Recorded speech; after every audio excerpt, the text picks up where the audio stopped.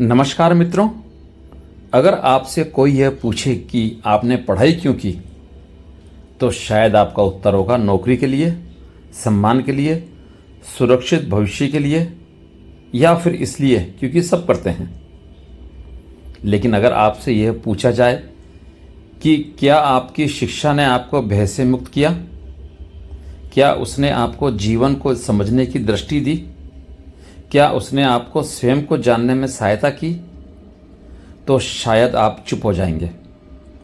यही चुप्पी इस पुस्तक का प्रवेश द्वार है और यही चुप्पी इस पॉडकास्ट का आरंभ है। कृष्णमूर्ति की यह पुस्तक शिक्षा पर नहीं, बल्कि मनुष्य के पूरे जीवन ढांचे पर प्रश्न है। यह सवाल करती है कि हम शिक्षा के नाम पर मनुष्य को क्या बना रहे हैं। क्या हम स्वतंत्र, सजग, करुणामय मनुष्य बना रहे हैं, या फिर डर, प्रतिस्पर्धा और महत्वाकांक्षा से भरे हुए सिर्फ कुशल कर्मचारी। कृष्णमूर्ति कहते हैं, शिक्षा का उद्देश्य केवल ज्ञान देना नहीं है, क्योंकि ज्ञान तो किताबें भी दे देती हैं। शिक्षा का उद्देश्य है मन को समझने की क्षमता देना। लेकिन हम मन को समझना नहीं सिखाते, हम मन को ढालना सिखाते हैं। हम बच्चे को जन्म लेते ही एक ढांचे में डाल देते हैं। यह सही है, यह गलत है, यह करना है, यह नहीं करना है। और धीरे धीरे बच्चा जो प्रश्न लेकर आया था, वो प्रश्न मरने लगते हैं। कृष्णमूर्ति के अनुसार सवाल मर जाना मानव चेतना की सबसे बड़ी त्रासदी है, क्योंकि जहाँ सवाल नहीं वहाँ खोज नहीं है, और जहाँ खोज नहीं है वहाँ जीवन मृत है। आज की शिक्षा उत्तर देना सिखाती है, लेकिन प्रश्न करना नहीं। हम बच्चों को बताते हैं क्या सोचना है, लेकिन यह नहीं बताते कि सोचना क्या है, और यहीं से समस्या शुरू होती है। कृष्णमूर्ति कहते हैं, सोच कोई स्वतंत्र प्रक्रिया नहीं है। सोच स्मृति की प्रतिक्रिया है। जो हमने देखा, सुना, पढ़ा, वही सोच बनकर उभरता है।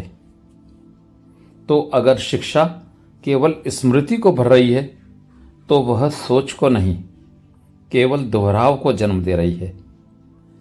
यही कारण है कि पढ़े लिखे लोग भी अंधविश्वासी होते हैं, हिंसक होते हैं, डर में जीते हैं। शिक्षा ने उन्हें जानकारी दी, बुद्धि नहीं। कृष्णमूर्ति बहुत स्पष्ट कहते हैं, बुद्धि और जानकारी दो अलग चीजें हैं। जानकारी जमा की जा सकती है, बुद्धि जागृत होती है।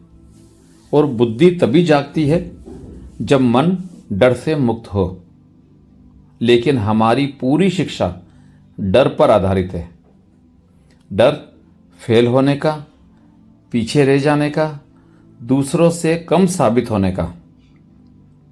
डर माता पिता को निराश करने का, समाज में अपमानित होने का। इस डर के वातावरण में बच्चा सीख नहीं सकता, वह केवल याद कर सकता है। कृष्णमूर्ति कहते हैं, डर और प्रेम एक साथ नहीं रह सकते, और जहां प्रेम नहीं वहां शिक्षा नहीं। यह बात हमारे पूरे सिस्टम को कटघरे में खड़ा कर देती है, क्योंकि हम मानते हैं कि अनुशासन जरूरी है, कठोरता जरूरी है, दबाव जरूरी है। लेकिन कृष्णमूर्ति पूछते हैं, अनुशासन किस लिए? अगर अनुशासन डर से पैदा होता है, तो वह आज्ञाकारिता तो देगा, लेकिन समझ नहीं। और बिना समझ के कोई भी समाज स्वस्थ नहीं हो सकता। यहां कृष्णमूर्ति एक बहुत गहरी बात कहते हैं।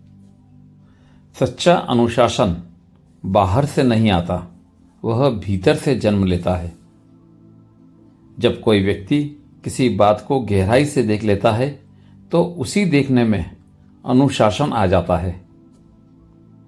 उदाहरण के लिए, अगर आप सच में देख लें कि आग में हाथ डालने से जलन होती है, तो आपको कोई नियम नहीं चाहिए कि आग को न छुएं, देखना ही पर्याप्त है। लेकिन शिक्षा देखना नहीं सिखाती, वह केवल मानना सिखाती है। मान लो कि यह सही है, मान लो कि यह गलत है, मान लो कि यही रास्ता है। और जहां मान्यता है वहां सत्य नहीं। कृष्णमूर्ति कहते हैं, सत्य कोई परंपरा नहीं है जिसे सौंपा जा सके। सत्य तो खोज में प्रकट होता है, और खोज तभी संभव है जब मन स्वतंत्र हो। अब प्रश्न उठता है, क्या हम स्वतंत्र मन चाहते हैं, या हमें ऐसे लोग चाहिए जो सिस्टम को बिना प्रश्न किए चलाते रहें? यह प्रश्न केवल शिक्षा का नहीं, पूरे समाज का है, क्योंकि शिक्षा समाज की नींव है। अगर नींव ही डर पर टिकी है तो ऊपर बना हुआ समाज हिंसक ही होगा। कृष्णमूर्ति कहते हैं, हम शिक्षा के माध्यम से राष्ट्रीयता सिखाते हैं, धर्म सिखाते हैं, विचारधाराएं सिखाते हैं, और फिर आश्चर्य करते हैं कि दुनिया युद्धों से भरी क्यों है। जब आप बच्चे को सिखाते हैं कि वह किसी विशेष समूह से है, तो आप उसी क्षण दूसरे समूह के विरुद्ध बीज बो देते हैं। शिक्षा अगर विभाजन सिखाती है तो वह शिक्षा नहीं, कंडीशनिंग है। यह पुस्तक बार बार इस बात पर जोर देती है कि शिक्षा का उद्देश्य मनुष्य को किसी ढांचे में ढालना नहीं, बल्कि ढांचों को देखने की क्षमता देना है। जब मनुष्य अपने भीतर के ढांचे देख लेता है, डर, महत्वाकांक्षा, ईर्ष्या, तो उसी देखने में परिवर्तन की संभावना जन्म लेती है। लेकिन शिक्षा भीतर देखने से डरती है, क्योंकि भीतर देखने का अर्थ है असुरक्षा, अज्ञात और नियंत्रण का टूटना। इसलिए हम बच्चों को बाहर की दुनिया में व्यस्त रखते हैं। सिलेबस, होमवर्क, एग्जाम, रैंक, ताकि उन्हें अपने भीतर झांकने का समय ही न मिले। कृष्णमूर्ति कहते हैं, यही सबसे बड़ा अपराध है जो शिक्षा कर रही है, क्योंकि भीतर की दुनिया बाहर की दुनिया से कहीं ज़्यादा महत्वपूर्ण है। अगर भीतर अराजकता है तो बाहर शांति नहीं हो सकती। आप कानून बना सकते हैं, पुलिस खड़ी कर सकते हैं, लेकिन हिंसा नहीं मिटा सकते। हिंसा तभी मिटती है जब मनुष्य अपने भीतर की हिंसा को देखता है, और यह देखने की क्षमता शिक्षा से ही आती है, अगर शिक्षा सही हो। यहां कृष्णमूर्ति शिक्षक की भूमिका पर आते हैं। वे कहते हैं, शिक्षक केवल पढ़ाने वाला नहीं है, वह समाज का निर्माता है। अगर शिक्षक स्वयं डर में जी रहा है तो वह डर ही सिखाएगा। अगर शिक्षक महत्वाकांक्षी है तो वह प्रतियोगिता सिखाएगा। इसलिए कृष्णमूर्ति कहते हैं, शिक्षक का स्वयं को जानना शिक्षा की सबसे पहली शर्त है। लेकिन हमारे शिक्षक प्रशिक्षण में आत्मज्ञान नहीं होता। वहाँ केवल तकनीक होती है, कैसे पढ़ाना है, क्या पढ़ाना है, कितना पढ़ाना है, लेकिन यह प्रश्न नहीं होता आप स्वयं कौन हैं। जब शिक्षक खुद को नहीं जानता तो वह बच्चे को क्या सिखाएगा। कृष्णमूर्ति यहाँ गुरु और शिष्य के पारंपरिक संबंध को भी तोड़ते हैं। वे कहते हैं, शिक्षक कोई अधिकार नहीं है, वह कोई ऊंचा स्थान नहीं है।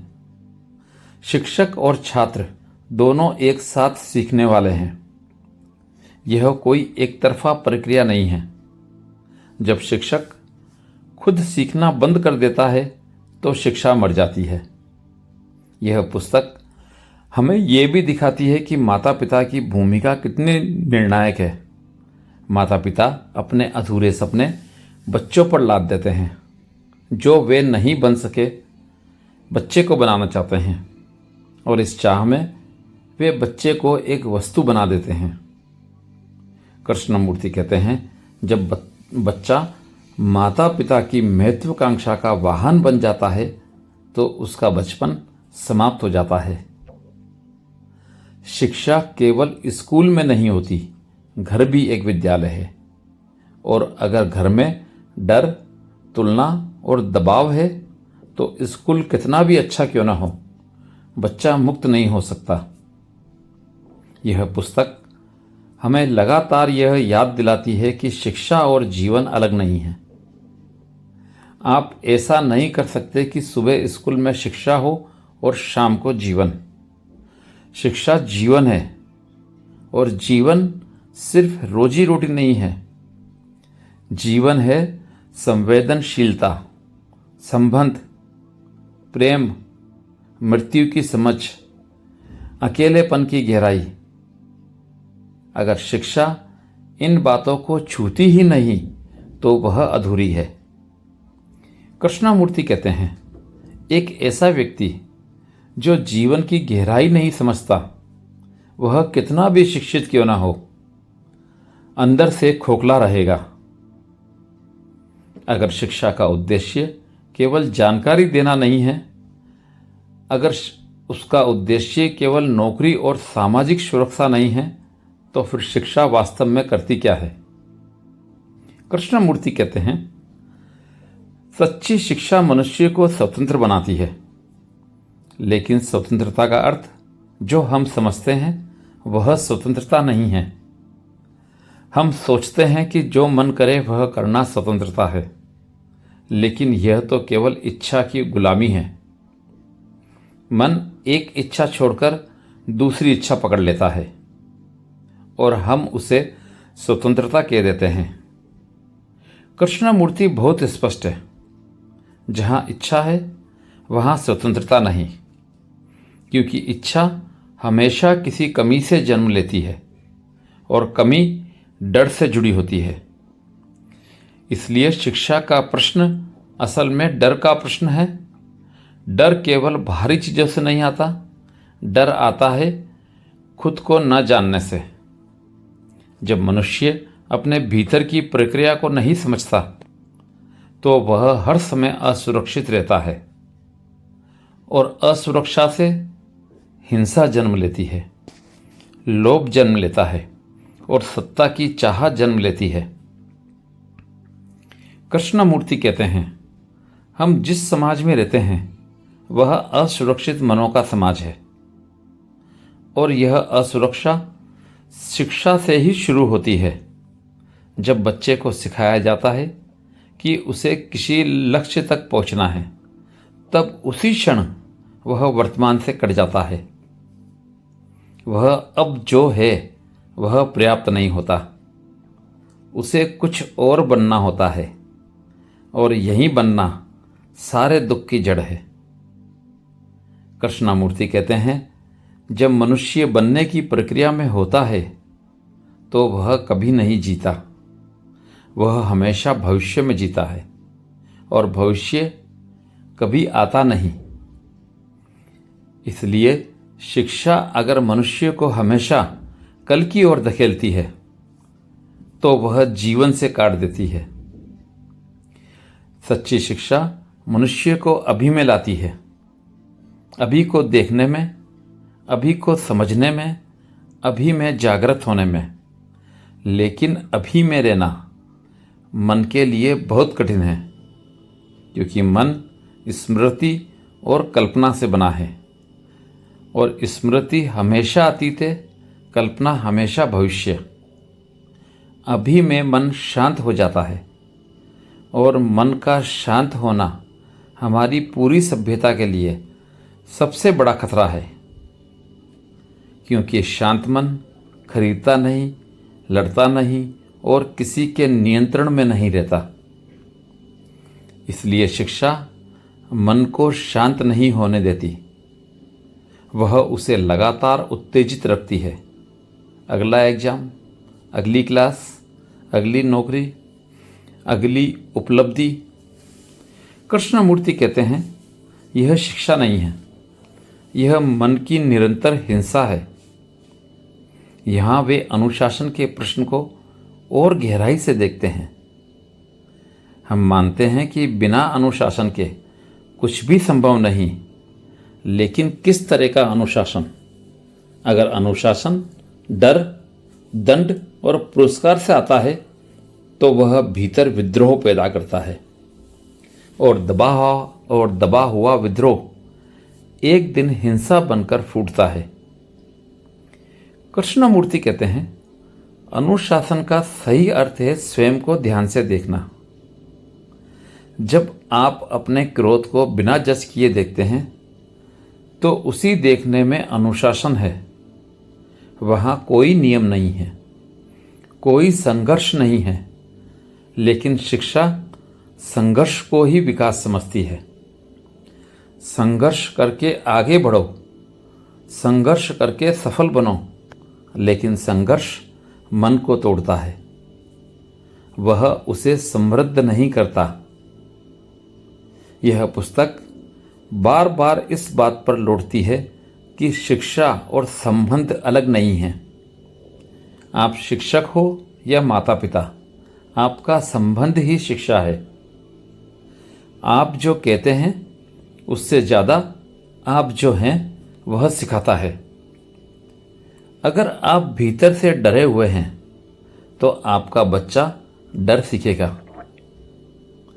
अगर आप भीतर से हिंसक हैं तो आपका बच्चा हिंसा सीखेगा। इसलिए कृष्णमूर्ति कहते हैं, शिक्षा की शुरुआत बच्चे से नहीं वयस्क से होती है। लेकिन यह बात अहंकार को बहुत चोट पहुंचाती है।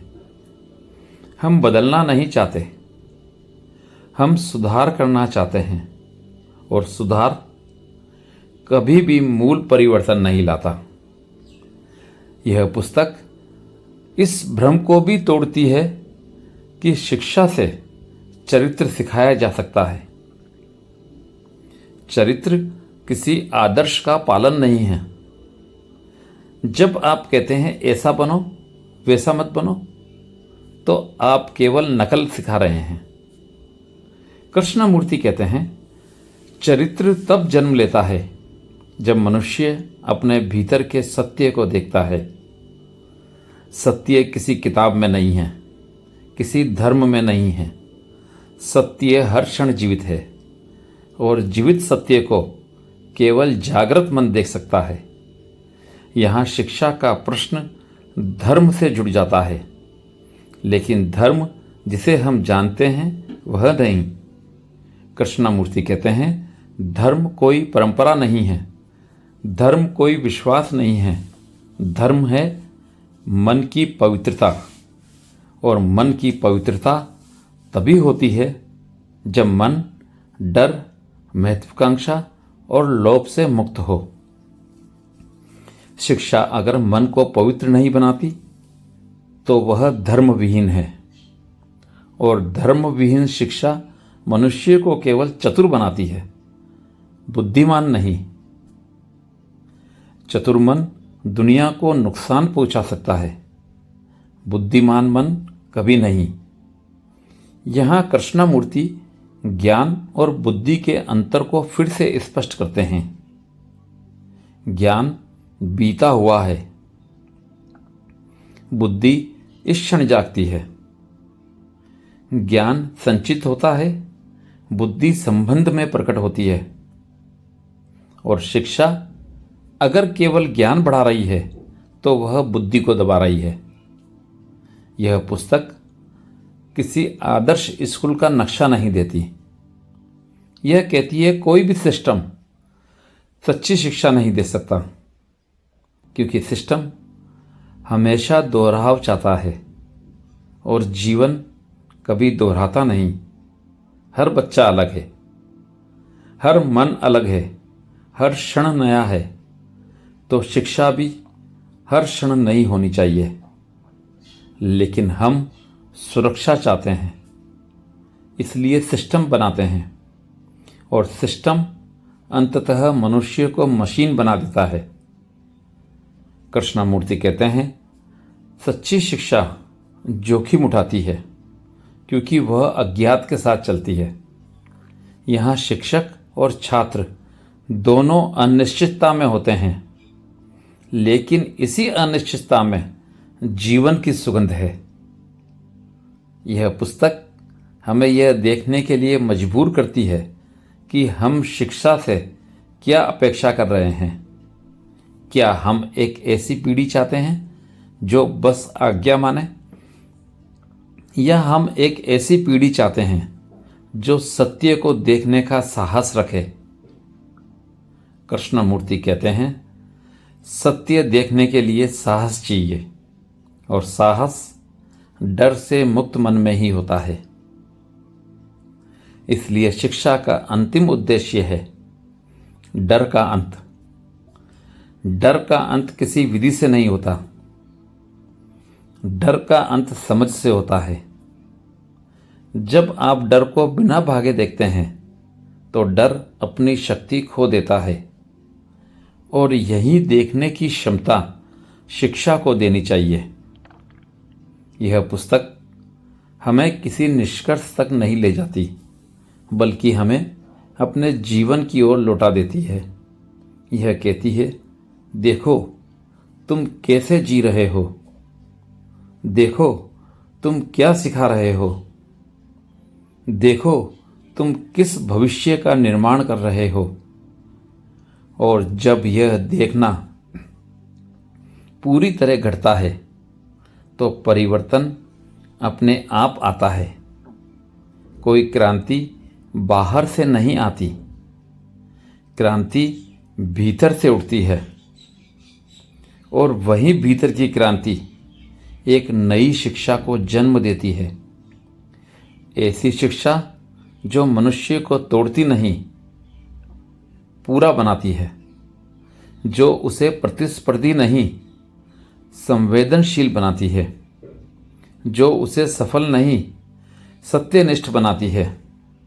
और शायद यही है शिक्षा का वास्तविक अर्थ और जीवन का वास्तविक महत्व। आप शिक्षा के बारे में क्या सोचते हैं? कृष्णमूर्ति जो कहते हैं वो सही है, या जो आज की शिक्षा चल रही है वो सही है? कमेंट करके ज़रूर बताएं। अच्छा लगा हो तो सब्सक्राइब करें, लाइक करें और शेयर करें। धन्यवाद।